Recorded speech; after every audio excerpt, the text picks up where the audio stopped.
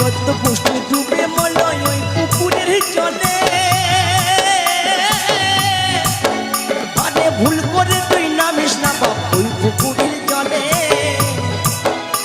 না জানে বুঝে নামলে বাবা না জানে বুঝে নামলে বাবা যাবি শেষে রসাত